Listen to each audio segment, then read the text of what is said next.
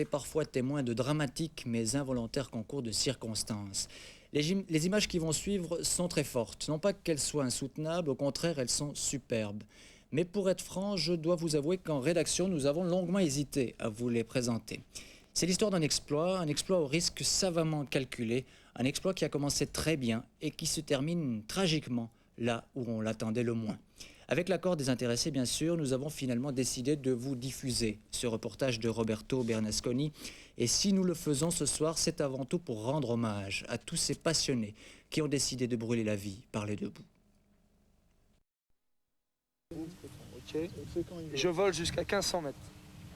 1500 mètres, j'envoie la pluie. Observez bien l'homme de droite, il va se lancer dans le vide tout à l'heure sans le concours d'un parachute. Et pour atterrir en douceur, il devra en plein ciel se raccrocher à son ami qui est lui normalement équipé. Il y a plutôt quelque chose qui m'attire, c'est l'air, quoi. Si vous réussissez, la prochaine étape c'est quoi? Voler? C'est un deuxième saut sans parachute.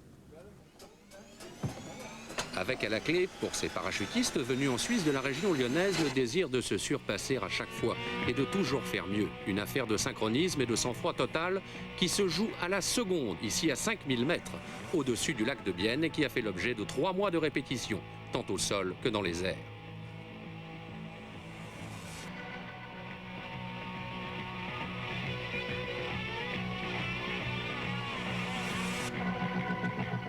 Un bel exploit, avec en finale une réussite totale, mais une réussite que le destin viendra tragiquement compromettre. Serge Julien, le jeune homme qui est équipé du parachute, a trouvé la mort hier soir, en regagnant son domicile, dans un stupide accident de la route.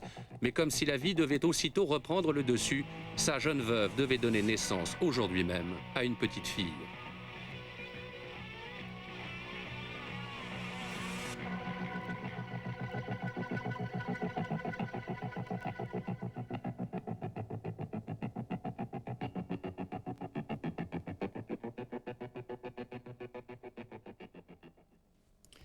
C'était sans aucun doute un amoureux des nuages et du ciel bleu.